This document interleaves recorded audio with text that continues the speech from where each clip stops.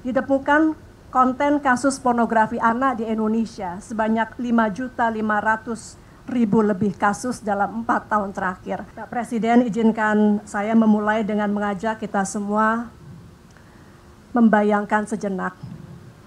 Membayangkan seorang anak usia 10 tahun yang sedang bermain game di gawai. Ia tertawa, Bapak, dia bercanda dengan orang tuanya, ia kelihatan nyaman. Namun tanpa disadari hanya dengan satu klik yang salah, anak itu bisa terpapar dengan konten yang tidak pantas. Hanya dengan satu pesan yang salah terkirim, anak itu bisa menjadi korban predator digital. Dan hanya dengan satu kepercayaan yang salah, anak itu bisa menjadi korban eksploitasi di ruang siber. Dalam kerangka itu, Bapak, izinkan saya menyampaikan laporan pelaksanaan penyusunan peraturan ini kepada Bapak Presiden dan seluruh hadirin yang terhormat dan anak-anakku yang terhormat, menindaklanjuti arahan Presiden untuk memperkuat pelindungan anak di ruang digital untuk menciptakan generasi bangsa yang hebat. Arahan Bapak Presiden telah menjadi panduan bagi kami. Bapak telah memberi arah kerja yang efektif, dan dengan arahan tersebut kami menjalankan seluruh tahapan penyusunan regulasi ini secara efisien, tepat, dan juga inklusif. Bapak Presiden yang terhormat, inisiasi PP tentang tata kelola digital untuk perlindungan anak oleh Indonesia sebetulnya telah dimulai dari komitmen Indonesia dalam forum G20 saat presidensi Indonesia di tahun 2022.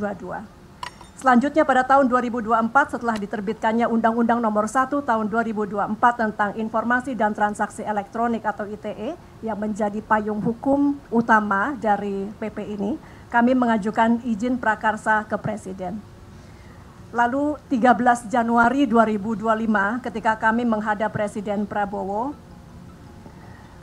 hari yang bersejarah dan membuat kami haru sekali, Bapak, sebagai orang tua. Kami menerima arahan yang jelas dan berani dari Bapak terkait perlunya aturan perlindungan anak di ruang digital yang aman, termasuk dalam kerangka penundaan usia anak untuk mengakses sosial media. Bapak Presiden memperhatikan kondisi saat ini, di mana banyaknya kejahatan terhadap anak. Ditemukan konten kasus pornografi anak di Indonesia sebanyak 5.500.000 lebih kasus dalam 4 tahun terakhir. Angka ini sayangnya adalah keempat terbesar di dunia. 48% anak-anak Indonesia mengalami perundungan online, serta 80.000 anak Indonesia di bawah usia 10 tahun terpapar judi online. Bapak Presiden yang kami hormati, sejak itu kami langsung menyelenggarakan konsultasi publik dengan menjaring 287 masukan dan tanggapan dari 24 pemangku kepentingan dan ratusan lembaga dari dalam maupun dari luar negeri. Kami telah melakukan 7 kali FGD yang diikuti oleh perwakilan dari pemerintahan lintas kementerian, akademisi, organisasi non-pemerintah, dan para pakar. Selama pembahasan, panitia antar kementerian koordinasi diperluas untuk menjamin keterpaduan kebijakan. Kami dengan penuh rasa hormat ingin menyampaikan apresiasi kepada seluruh pihak yang telah mendukung proses ini, yaitu Kementerian Koordinator Bidang Politik dan Keamanan, Kementerian Koordinator Bidang Pembangunan, Kemanusiaan dan Kebudayaan, Kementerian Pendidikan Dasar dan Menengah, Kementerian Pemberdayaan Perempuan dan Perlindungan Anak, Kementerian Hukum, Kementerian Sekretaris Negara, Sekretaris Kabinet, Komisi Perlindungan Anak Indonesia atau KPAI, hadir Ketua KPAI Ibu Ai, Lembaga Perlindungan Anak Indonesia atau LPAI, hadir Kak Seto, Pusat Studi Pendidikan dan Kebijakan PSPK, hadir Kak Najela Shihab, Ikatan Dokter Anak Indonesia, Himpunan Psikologi Indonesia atau HIMSI, para pakar dari berbagai perguruan tinggi termasuk yang paling banyak dikenal publik Ibu Prof. Rosmini, terima kasih juga sudah hadir dari UI, dan Save the Children serta UNICEF yang hari ini hadir perwakilannya Mr. John Lokenga, kemudian juga dari IDCOP Indonesia Children Online Protection, platform-platform digital yang juga turut memberikan masukan dalam proses penyusunan ini, dan yang paling utama adalah para orang tua dan juga anak-anak yang suaranya juga turut kami dengar dalam melahirkan PP ini. Dukungan luas dari masyarakat dan para orang tua, termasuk tokoh internasional seperti Profesor Jonathan Haidt, bahkan sejumlah penyedia platform digital, memberikan dukungan positif dalam menunjukkan komitmen dalam menciptakan ruang digital Indonesia menjadi ruang digital yang lebih aman dan juga lebih ramah anak. Dengan demikian, pada hari yang baik ini, perkenankan kami melaporkan kepada Bapak Presiden bahwa seluruh proses penyusunan peraturan pemerintah tentang tata kelola penyelenggaraan sistem elektronik dalam perlindungan anak atau PP Tunas telah selesai dilaksanakan. Dan kami mohon perkenan Bapak untuk meresmikan peraturan pemerintah terkait tata kelola penyelenggaraan sistem elektronik dalam perlindungan anak atau PP Tunas ini.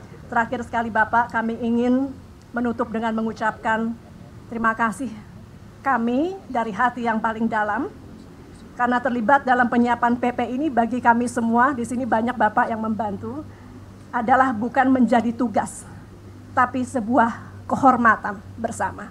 Terima kasih. Billahi taufiq wal hidayah. Assalamualaikum warahmatullahi wabarakatuh.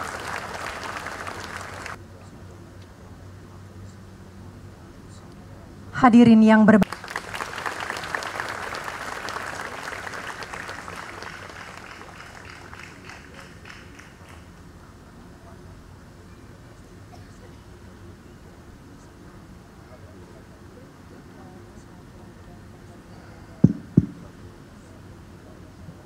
Bismillahirrahmanirrahim.